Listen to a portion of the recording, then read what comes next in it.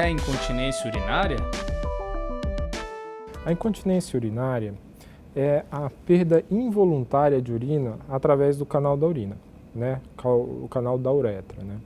Para você ter uma ideia da prevalência, da frequência dessa doença, mais ou menos 27% das mulheres, praticamente um quarto das mulheres em todo o mundo, tem algum tipo de perda urinária. E algo em torno de 10,5% dos homens também tem perdas urinárias. É mais frequente nas mulheres por conta da anatomia, porque a uretra da mulher é um pouco mais, bem mais curta, né? E por isso o arcabouço ali pélvico dos músculos para sustentar a continência urinária é mais complicado de acontecer. E também pelo fator idade, né? Principalmente na menopausa acontece uma frequência maior em relação à perda urinária. Existem tipos diferentes de incontinência urinária? Existem. A Sociedade Brasileira de Urologia, ela classifica em 3 tipos de incontinência urinária. A incontinência urinária de esforço, a incontinência urinária de urgência e a incontinência urinária mista. O que são esses tipos de incontinência, né?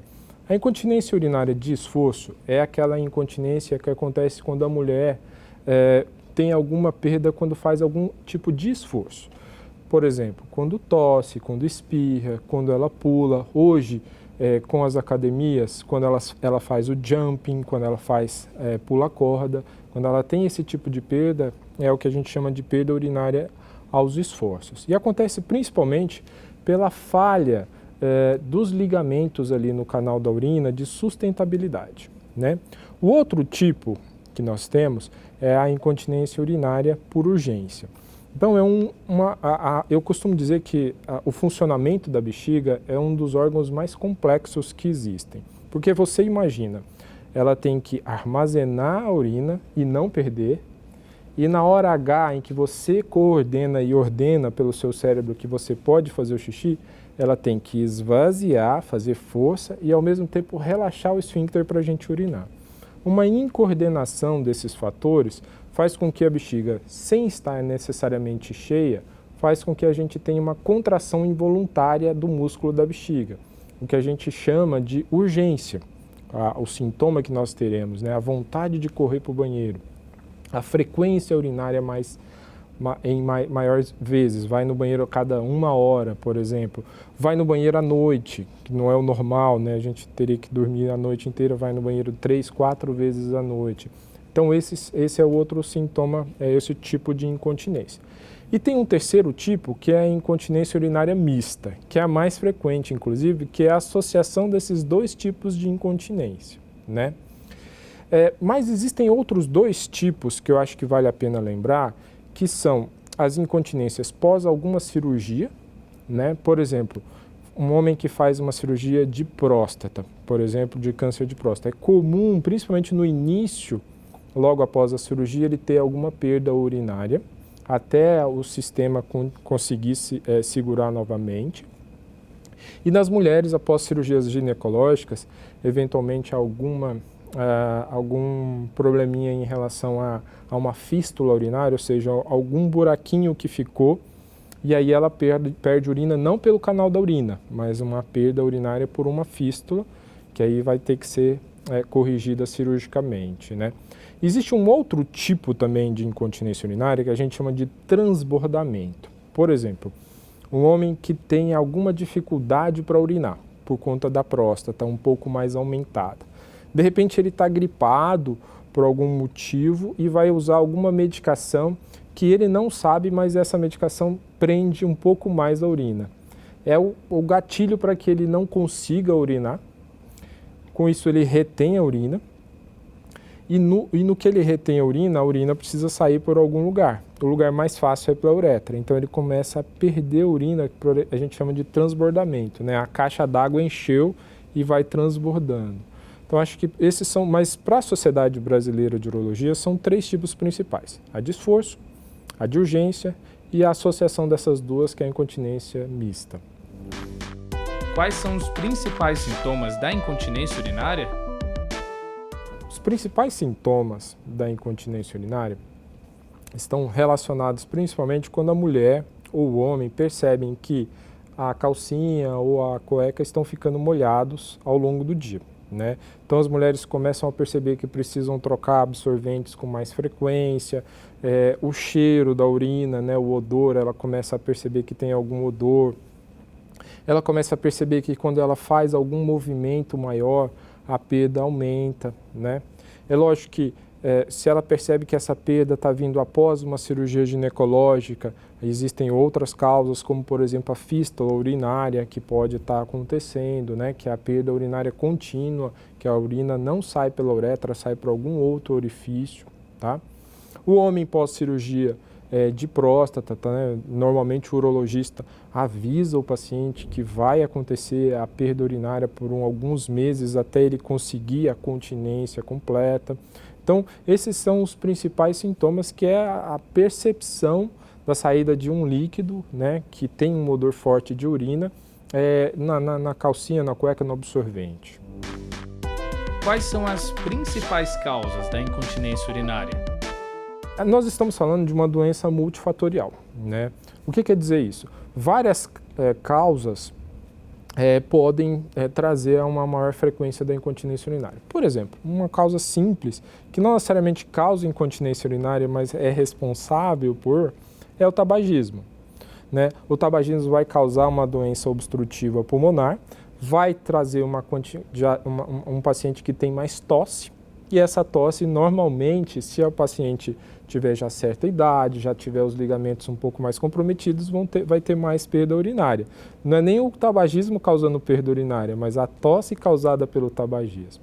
Um outro fator causar hoje em dia muito importante, a obesidade, né? A obesidade vai fazer com que os órgãos abdominais causem uma pressão maior, um peso maior no assoalho pélvico, e naturalmente vai ser mais difícil de segurar os órgãos e, consequentemente, a mulher vai ter uma chance maior de ter perda urinária.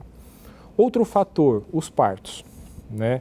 Então a mulher, quanto mais partos ela tiver, principalmente partos normais, a passagem do bebê pelo canal cervical pode lesar os ligamentos que sustentam ali a bexiga e o canal urinário, a uretra, fazendo com que ela fique com a gente chama de hipermobilidade dessa região, e com isso tem uma facilidade de ter perda urinária. Outro fator, constipação intestinal, né? Os nervos relacionados ao intestino, ao funcionamento do intestino, são os mesmos relacionados ao funcionamento da bexiga. Então, quando a mulher tem uma constipação intestinal, naturalmente o funcionamento da bexiga não vai ser muito adequado, né? Então, uma alimentação adequada é fundamental para que essa paciente tenha uma menor perda. Outros fatores, medicamentosos, né?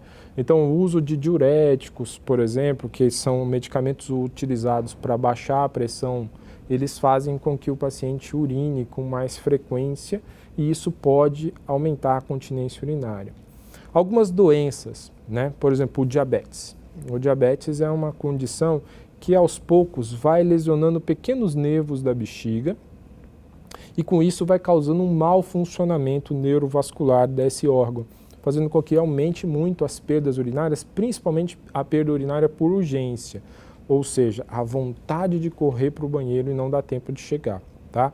Assim como outras doenças neurológicas que podem causar isso, por exemplo, o Parkinson, né, que é muito frequente hoje em dia, o Alzheimer, por exemplo, ou qualquer doença neurológica, por exemplo, um trauma na coluna, né, ou mesmo uma hérnia de disco um pouco mais avançada, pode causar a incontinência urinária.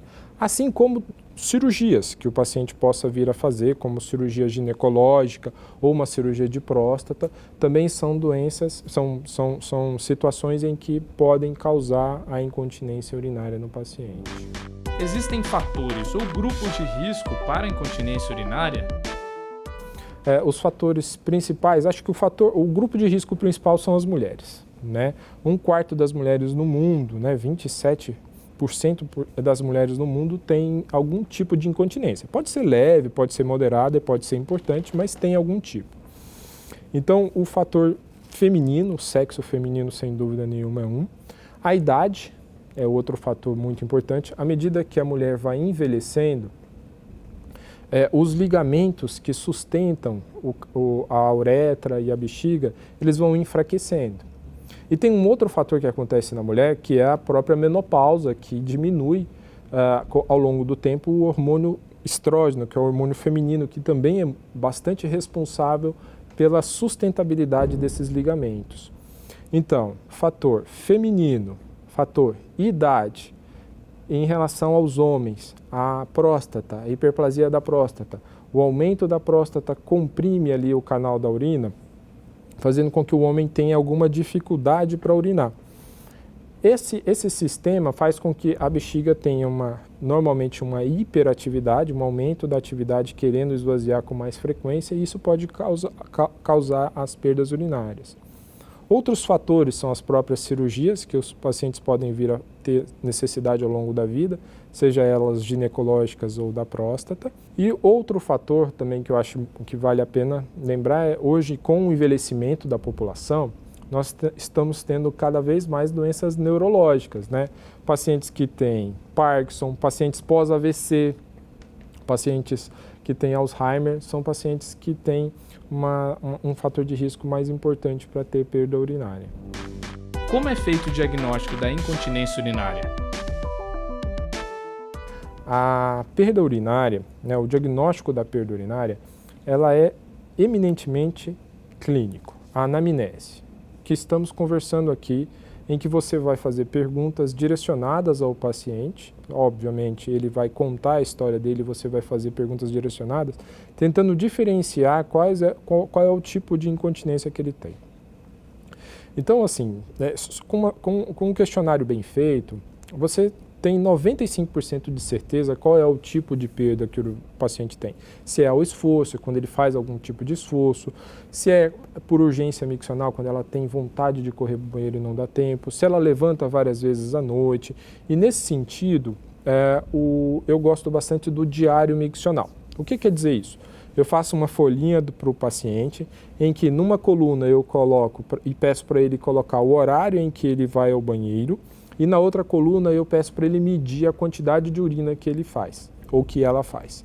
Então ela tem que pegar um potezinho, um frasco milimetrado, e todas as vezes que ela vai ao banheiro, ela mede ali para mim, marca o horário e quanto ela fez de urina. Isso vai me ajudar a ter uma ideia se essa bexiga tem uma capacidade adequada, se ela tem uma frequência aumentada em relação ao período que ela vai, se é mais frequente à noite, se é mais frequente durante o dia. Isso dá uma ideia bem interessante de qual é o diagnóstico, porque existem pacientes que não percebem se eles estão perdendo ao esforço ou se eles estão perdendo por vontade de correr para o banheiro e não dá tempo. Simplesmente eles têm uma perda urinária insensível, que a gente fala, né? Então, acho que nesse sentido a anamnese é muito importante, mas lógico que eventualmente você vai ter que lançar mão de exames de imagem, como o ultrassom, para descartar algum fator anatômico que possa estar causando a incontinência urinária, né? Eventualmente você precise fazer até mesmo uma cistoscopia, que é uma endoscopia, ao invés de ser uma endoscopia do estômago, uma cistoscopia pelo canal da urina, para poder ver se tem algum fator que esteja obstruindo o canal da urina, ou algum fator que esteja causando a incontinência urinária, mas não é o mais frequente, tá? E naqueles casos em que você vai fazer você decide junto com o paciente que vai fazer uma cirurgia, em geral, não necessariamente, mas em geral você pede um exame que chama estudo urodinâmico. Esse exame, o médico vai passar uma sondinha pelo canal da urina e através de um enchimento pelo soro fisiológico, essas sondinhas são conectadas num sensor, outra sondinha é passada pelo canal do ânus também, e esses sensores vão dizer para mim em que situação o paciente perde. Por exemplo, ao longo do enchimento durante o exame, eu peço para o paciente ficar em pé, a paciente ficar em pé e tossir bem forte. Se ela, por exemplo, perde na academia no jumping, eu peço para ela pular. E observa ou tenta observar, mimetizar os sintomas dela, se ela tem a perda ali naquele momento. Como eu estou com um sensor lá dentro, eu consigo saber se é naquele momento que ela perde, né? Outro momento, por exemplo, que eu estou vendo o gráfico e aumenta a pressão dentro da bexiga. Esse sensor vai me mostrar no computador esse aumento da pressão da bexiga. Então ela tem uma perda urinária por hiperatividade da bexiga. Isso dá a ela, e ela sente, né, naquele momento, eu estou com vontade de fazer xixi, doutor, posso fazer? Você fala, não, tenta segurar. Às vezes ela consegue, às vezes ela não consegue. Ou seja, exatamente o sintoma que ela tem na vida real. Então, é um exame interessante que você tenta mimetizar os sintomas que o paciente fala para que você possa fazer o diagnóstico de uma incontinência ao esforço ou uma incontinência por hiperatividade ou urgência miccional. Quais são os principais tratamentos para a incontinência urinária? Os principais tratamentos para a incontinência urinária dependem do tipo de incontinência que você tem, né? Por exemplo, uma incontinência urinária aos esforços, quando ela tosse, quando ela espirra, quando ela pula, faz algum tipo de exercício físico, você pode lançar a mão da fisioterapia, né? E aí você pode tanto ensinar ao paciente alguns exercícios para fortalecimento da musculatura pélvica, mas o ideal, na verdade, é ele fazer essa fisioterapia com uma especialista, uma fisioterapeuta especialista na parte ginecológica ou na parte pélvica, né? Tanto o homem como a mulher. Se não funcionar, porque é um tratamento que não tem efeito colateral, né? E o máximo que pode acontecer é não funcionar. Mas se não funcionar, você lança a mão da cirurgia, né? Então, para esse tipo, por exemplo, existem telas que você pode utilizar para reforçar os ligamentos que estão frágeis, soltos, que podem segurar. Essa tela pode ser usada tanto em mulheres como em homens, né? Quando a perda nos homens, principalmente pós-cirurgia de próstata, é muito grande, ou seja, eles perdem 10 fraldas, por exemplo, durante o dia, essa tela não vai conseguir segurar. Então, existem hoje mecanismos ou aparelhos que são bastante complexos, que a gente chama de esfíncter artificial, que mimetizam o seu esfíncter mesmo. Então, imagina aqui que meu dedo seja a uretra, a gente vai colocar um cuffzinho no canal aqui da urina para que ele possa abrir e fechar quando o paciente quiser. Então, nós vamos ter que colocar uma bombazinha para que ele possa também apertar, para que ele possa fazer o xixi na hora que ele quiser, e o mecanismo mesmo tem um sistema próprio que ele fecha para que o paciente possa parar de perder a urina, né? É oneroso para o sistema de saúde isso, mas pode ser usado, né? Agora, vamos supor que esse paciente que vem ao consultório não tem perda ao esforço. A perda dela é quando ela tem vontade de correr para o banheiro e não dá tempo de chegar, né? E aí eu chamo a atenção, não é cirurgia para todos os pacientes. Se faz cirurgia para todos os pacientes, alguma coisa está errada. E muitas vezes o paciente chega querendo cirurgia no consultório e, na verdade, o tratamento dele é diferente, né? Podem ser usadas também fisioterapia, mas fisioterapias diferentes nessa paciente. Por exemplo, quando existe uma fisioterapia que chama com eletroestimulação. São eletrochoques que você dá na região perineal ou no nervo perineal do paciente para que ele possa bloquear as contrações involuntárias que a bexiga tem. Com isso, você consegue melhorar muito essas contrações involuntárias que a bexiga dá e que tem perda urinária. Mas você também pode lançar a mão de alterações comportamentais, como reduzir o café, reduzir a quantidade de água que você toma depois das 19 horas, reduzir o uso de álcool, reduzir o uso de sucos cítricos que irritam a bexiga, pimenta também, que é outro fator. Então, tudo isso, medidas comportamentais, auxiliam muito na melhora das perdas urinárias, né? Diminuir ou parar o tabagismo é outro fator muito importante. E se não melhorar essa urgência miccional, a gente lança mão de outros tratamentos, como por exemplo o Botox, né?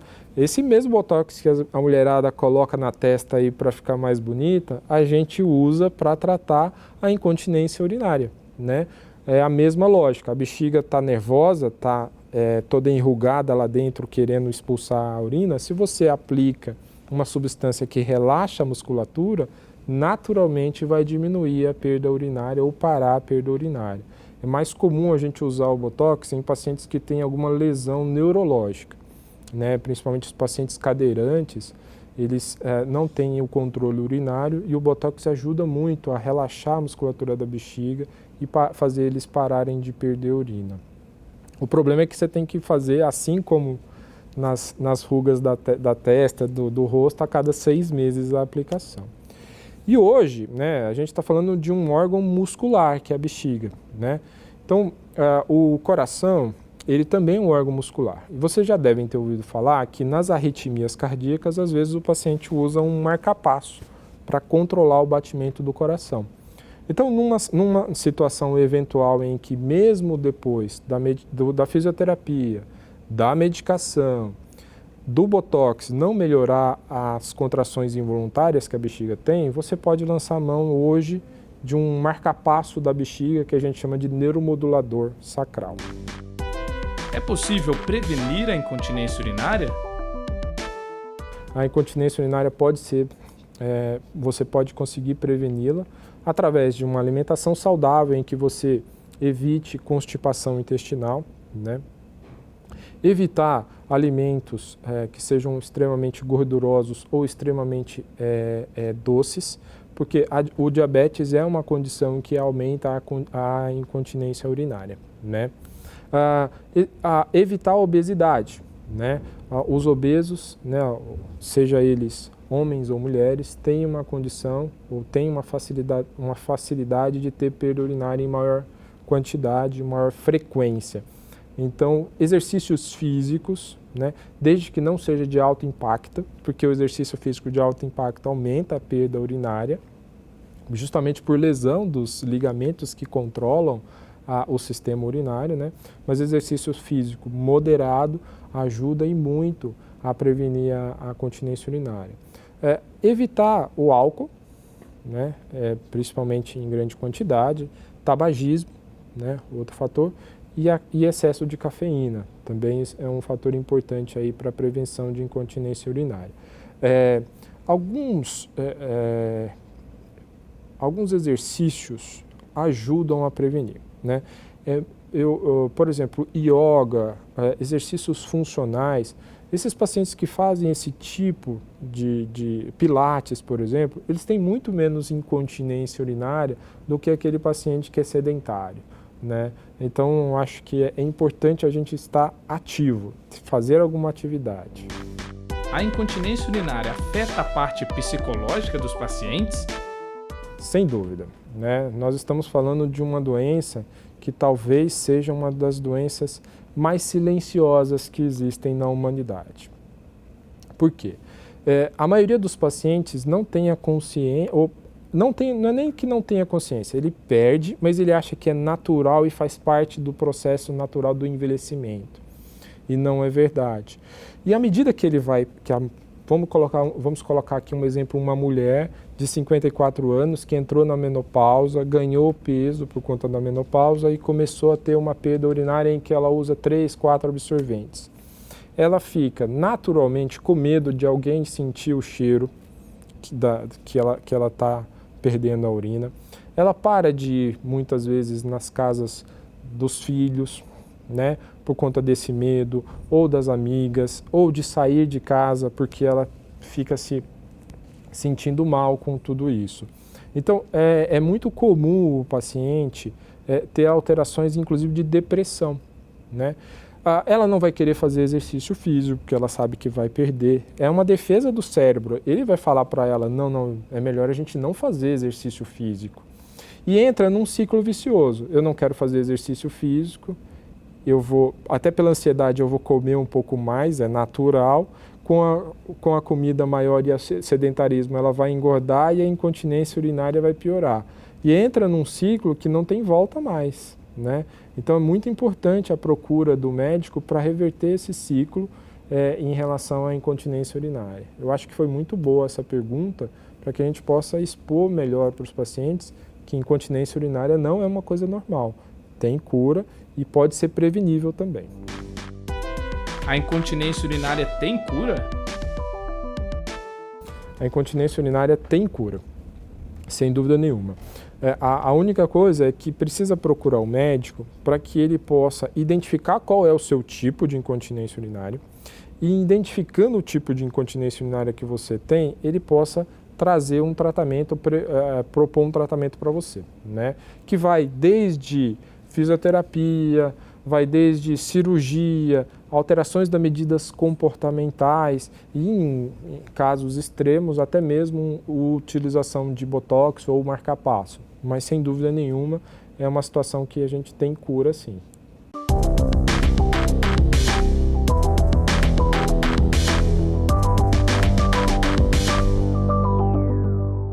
E para você que acompanha os nossos programas e gosta de estar por dentro dos assuntos da cidade e também do trabalho dos vereadores, se inscreva no nosso canal e confira tudo o que acontece aqui na TV Câmara.